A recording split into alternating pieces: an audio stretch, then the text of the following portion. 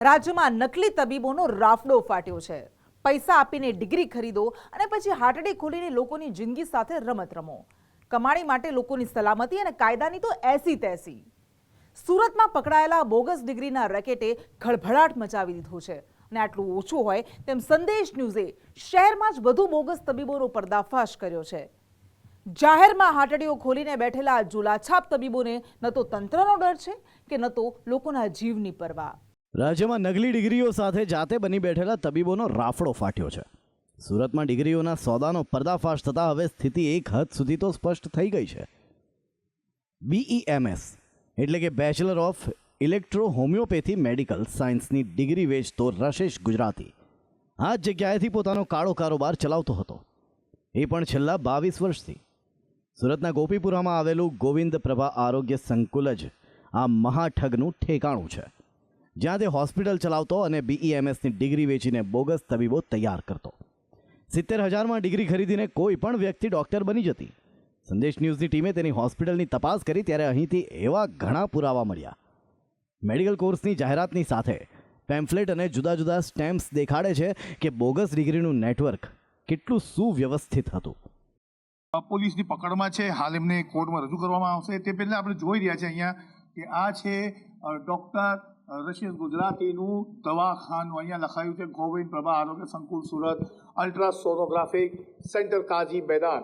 આ ડૉક્ટર રશેશ ગુજરાતી જે છે તે પોતે આ સર્ટિફિકેટ આપતા હતા એવું પોલીસની તપાસમાં ખુલ્યું છે અને પોલીસે જણાવ્યું છે, આપણા સામે દેખાઈ રહ્યું છે કે આ ક્લિનિકની અંદર જેમ આપણે અંદર જઈ રહ્યા છે તો તમને પોલીસ અહીંયા તપાસ કરીને ગઈ હોય એવા દ્રશ્યો દેખાઈ રહ્યા છે, કારણ કે બધું વેર વિકેટ પડેલું દેખાઈ રહ્યું છે, સ્ટેમ્પ દેખાઈ રહ્યા છે, સર્ટિફિકેટ્સ દેખાઈ રહી છે અને સાથે જ અલગ અલગ બીજા જે કાગળિયાઓ છે તે પણ દેખાઈ રહ્યું છે। Council of electro homeopathic medicine ઉત્તર પ્રદેશની પેથોલોજીનું આ એક કપિલ કુમાર અર્જુન પ્રસાદ શર્માનું છે, બોર્ડ ઓફ ઇલેક્ટ્રોપેથિક મેડિસિનનું ગુજરાતનું પણ એક કાગળ દેખાઈ રહ્યું છે, સાથે જ અહીંયા તમને એક સર્ટિફિકેટ દેખાઈ રહી છે।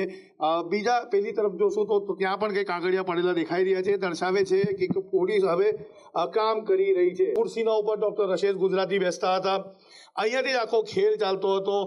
મહત્વની વાત છે કે ડૉક્ટર રશેશ ગુજરાતીએ થોડા સમય પહેલાં પ્રેસ કોન્ફરન્સ કરી હતી, પરંતુ ક્યાંક ને ક્યાંક એમને ના ખબર હતી કે પોલીસ જે છે તેના હાથ લાંબા હોય છે અને એમના ગિરેબાન સુધી પહોંચી ગયા છે। હાલ એ પોલીસના આરોપી બની ગયા છે। નવાઈની વાત તો એ છે કે માત્ર BHMS સુધીનો અભ્યાસ કરનારો રશેશ ગુજરાતી પ્રસૂતિ ગૃહ પણ ચલાવતો હતો, જ્યાં અલ્ટ્રાસાઉન્ડ સોનોગ્રાફી પણ કરવામાં આવતી। આ વાત પોતાનામાં ઘણી ગંભીર છે। જે વ્યક્તિ મેડિકલની નકલી ડિગ્રી વેચી શકે તે ગર્ભ પરીક્ષણ જેવા અપરાધ કરતો હોય તો નવાઈ નહીં। આ દરમિયાન મહાઠગ રશેશ ગુજરાતી અંગે એક મોટો ખુલાસો થયો છે। તેનું જોડાણ કોંગ્રેસ સાથે હોવાનું સામે આવ્યું। 2019માં કોંગ્રેસે તેની નિમણૂક સુરતમાં કોંગ્રેસના ડોક્ટર સેલનો ચેરમેન તરીકે કરી હતી। કોંગ્રેસના નેતા હેમાંગ વસાવડાએ રશેશને આ પદ આપ્યું હોવાનું કહેવાય છે। વસાવડાએ પોતે સ્વીકાર્યું છે કે 2004થી 2019 સુધી રશેશ કોંગ્રેસનો સદસ્ય હતો, પણ છેલ્લા 5 વર્ષથી તે પક્ષમાં નિષ્ક્રિય હતો। મિસ્ટર ગુજરાતી 2019માં ડૉક્ટર સેલના ચેરમેન તરીકે નિમણૂક પામેલા, એ વાત સાચી છે।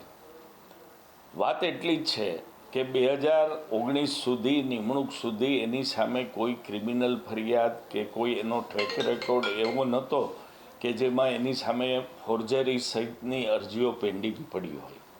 સ્થાનિક નેતાઓ, શહેર પ્રમુખ અને વિવિધ કક્ષાએથી મંજૂરી બાદ આવી નિમણૂક થતી હોય છે, એટલે જે કાંઈ બનાવ બન્યો છે, ઉજાગર થયો એ 2024 ડિસેમ્બરમાં થયો છે। જોકે વસાવડાએ આ મામલે કોંગ્રેસનો બચાવ પણ કર્યો છે અને તંત્રને આડે હાથ પણ લીધું છે।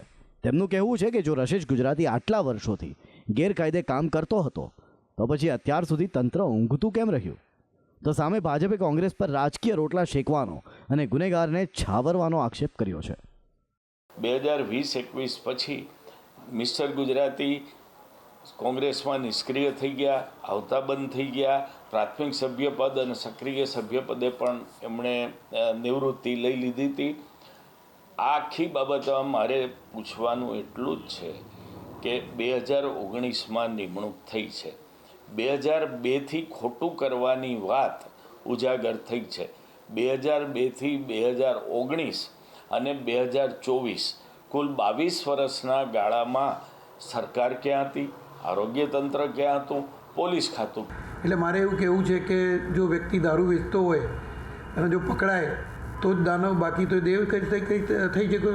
એટલે આ બધી વાતો કોંગ્રેસ એ પોતાના રાજકીય રોટલા શેકવાની વાતો છે. ભારતીય જનતા પાર્ટી ક્યારે પણ કોઈ ગુનેગારની તરફદારી કરતું નથી, પરંતુ કોંગ્રેસના નેતાઓ જ્યારે આવા પ્રજાના આરોગ્ય સાથે ચેડા કરવાના કાર્યમાં સંડોવાય તો એ ગુજરાત માટે પણ ઘણી શરમજનક ઘટના કહેવાય અને કોંગ્રેસ માટે પણ શરમજનક ઘટના કહેવાય.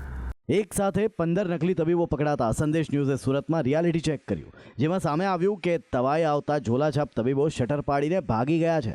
આઘાતજનક બાબત તો એ છે કે ધોરણ 7 અને 12 પાસ ઠગો તબીબ બનીને બેઠા છે, લોકોને બોટલ ચડાવી રહ્યા છે. પાંડેસરામાં એક જગ્યાએ તો ચિકન મટનની દુકાનમાં ક્લિનિક ધમધમતું હતું. જોકે સંદેશ ન્યૂઝની ટીમ પહોંચતા ક્લિનિકના બોર્ડ પર કલર મારી દેવાયો. સંદેશ ન્યૂઝ છે તે સુરતના પાંડેસરા વિસ્તારમાં રિયાલિટી ચેક કરવામાં આવ્યું હતું, ત્યારે જે પ્રમાણે સંદેશ ન્યૂઝે અહેવાલ પ્રસારિત કરી રહ્યો હતો તેને જોઈને અત્યારે પાંડેસરા વિસ્તારના મોટાભાગના નકલી ક્લિનિક છે તેને તાળાબંધી કરવામાં આવી છે અને આ ક્લિનિકના ડૉક્ટરો જે હાથરી ચલાવતા હતા, નકલી ડૉક્ટરો, તે રાતોરાત ફરાર થઈ ગયા છે. પરંતુ હજી પણ આરોગ્ય તંત્ર ગંભીર ગોળ બેદરકારી દાખવી રહ્યું હોય તેવું લાગી રહ્યું છે, ગોળ નિંદ્રામાં હોય તેવું લાગી રહ્યું છે. કારણ કે સંદેશ ન્યૂઝે જ્યારે રિયાલિટી ચેક કરી તો કેટલાક બોગસ ડોક્ટરો ફરીથી સંદેશ ન્યૂઝના કેમેરામાં કેદ થઈ જવા પામ્યા છે અને અત્યારે જોઈ શકાય છે કે આ પાંડેસરાનો વિસ્તાર છે જ્યાં આગળ આ સાઈ ક્લિનિક હોય કે પછી શ્રેયાન ક્લિનિક હોય તેને તાળાબંધી કરી દેવામાં આવ્યા છે. પાંડેસરામાં આશરે અમે સંદેશ ન્યૂઝની ટીમે 50થી વધુ બંધ થોડાક વિસ્તારમાં બંધ ક્લિનિકો જોવા મળી, ત્યારે કેટલીક હાથરીઓ હજી પણ ધમધમી રહી છે. પાંડેસરામાં સંદેશ ન્યૂઝની ટીમને હાથ એક એવો મુન્નાભાઈ ચડ્યો જે ફક્ત 12 પાસ છે પણ તબીબ બનીને લોકોને છેતરી રહ્યો છે. ચાંદસી ક્લિનિકના નામે પોતાનો ધંધો ચલાવે છે.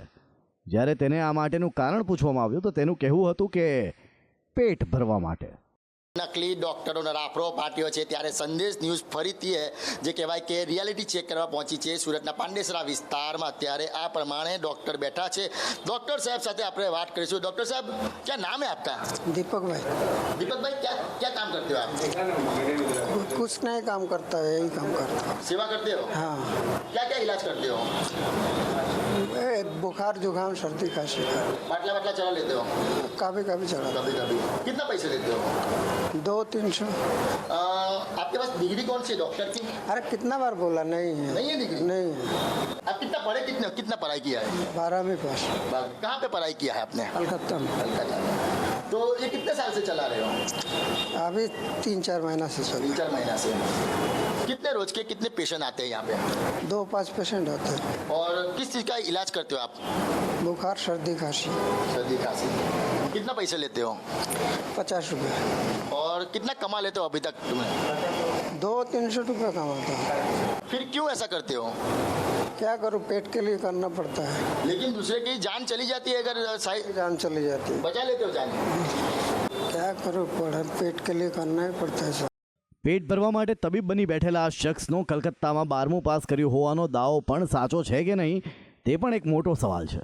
સૌથી મોટી વાત તો એ છે કે અમે જ્યારે તેને પૂછ્યું કે મનપા અહીં તપાસ કરવા આવે છે કે કેમ, ત્યારે તેનો જવાબ શું હતો તમે જ સાંભળી લો. एसएमसी वाले आते हैं, आरोग्य विभाग पुलिस आती है यहाँ पे? आते हैं. क्या बोलते हैं? बंद करने के लिए बोलते हैं. तो फिर क्या करते हो आप? बंद कर देते हो क्या? बंद कर देता. फिर वापस खोल देते हो? अभी पता है अभी बहुत बड़ा नकली डॉक्टर पकड़ा है, उनको पुलिस ने पकड़ लिया है. हमें नहीं मालूम. नहीं मालूम? पुलिस से डर लगता है आपको? लगेगा ना डर. तो ये चालू रखोगे अभी भी?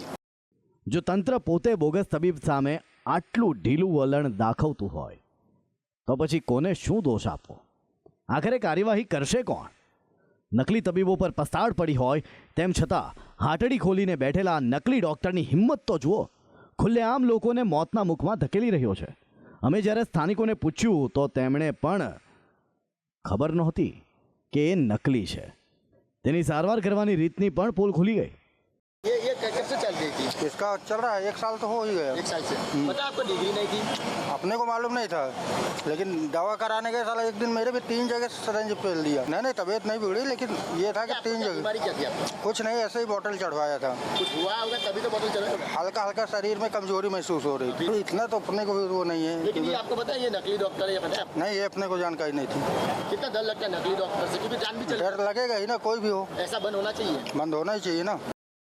સમસ્યા ત્યારે જ સર્જાય છે જ્યારે લોકોને ખબર જ નથી હોતી કે તેઓ જેમની પાસે સારવાર કરાવી રહ્યા છે તે તબીબ નકલી છે.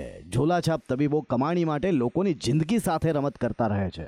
આ ગંભીર સમસ્યા અંગે ગૃહ રાજ્યમંત્રી હર્ષ સંઘવીએ પણ કાર્યવાહીની ખાતરી આપી છે. આ કોંગ્રેસી રસેસ દ્વારા આ આખું ષડયંત્ર માત્ર સુરત પૂરતું જ નહીં, પરંતુ ગણતરીની રકમ લઈને આવા અસામાજિક તત્વોને ડોક્ટરનું લેબલ આપવાનું કામ આ કોંગ્રેસી રસેસ ગુજરાતી દ્વારા કરવામાં આવતું હતું. આ વાત તો ફક્ત સુરત શહેરની છે. જો એક જ શહેરમાં નકલી તબીબોનો રાફડો ફાટ્યો હોય તો સમગ્ર રાજ્યમાં સ્થિતિ કેટલી ગંભીર હશે તેનો અંદાજ માંડવા જેવો છે. જો કે એ વાત નક્કી છે કે આ નકલી તબીબો જીવલેણ છે. તેમની પાસે સારવાર કરાવવી એટલે સામે ચાલીને પોતાનો જીવ જોખમમાં નાખવો. એવામાં આ દૂષણ સામે સરકાર અને તંત્ર યુદ્ધના સ્તરે કાર્યવાહી કરે તે જરૂરી છે, કેમ કે સવાલ લોકોની જિંદગીનો છે. મનીષ પરમાર સાથે આઝમ સાલે, સંદેશ ન્યૂઝ, સુરત.